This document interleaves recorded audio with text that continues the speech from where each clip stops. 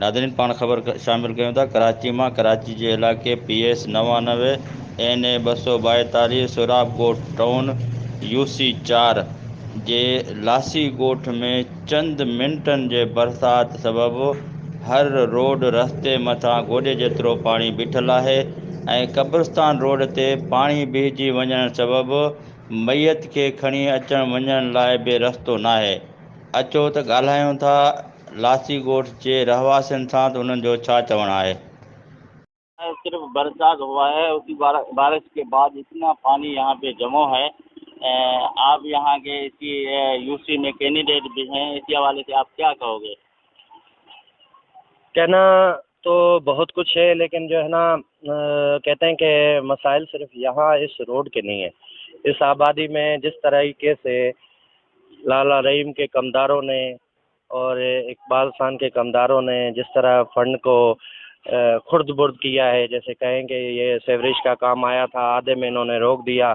और इस रोड का अशर आप देख रहे हैं, कब्रिस्तान के साथ है, यहाँ ना तो कोई जनाजा ले जा सकते हैं हम, ना ही जो है ना यहाँ से गुज़र होता है। मिल एरिया करीब है 7 नंबर का, अक्सर आबादी का गुज़र यहाँ से होता है, जो यहाँ से सफ़र करके जाते थे, लेकिन इस पानी की वजह से वो जा नहीं पा रहे।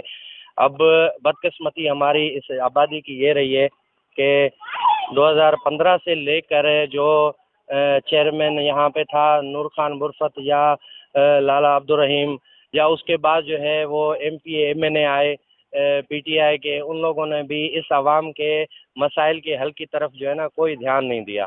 सिर्फ एक दूसरे के ऊपर इल्ज़ामात के अलावा और सियासत के अलावा उन लोगों ने इस आवाम के और इस इलाके के मसाइल पे सिर्फ सियासत की है। हम खुद इस मसाइल का यहाँ पे शिकार है। हमारे ऊपर जो है ना मुख्तलिफ इलाकों से लाकर यहाँ पे लोग मुसल्लत कर दिए गए, फिर वो कोई गुलशन मेमार का हो, कोई मलिर कैंट का हलीम आदिल की सूरत में हो। अब हशर हमारे सामने है, बहुत हम परेशान हैं।